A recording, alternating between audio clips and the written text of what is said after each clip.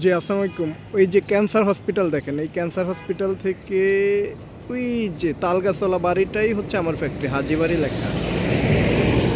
এই cancer hospital থেকে এই আগাবেন আগাবেন আগাবেন আগাবেন, আগানোর পর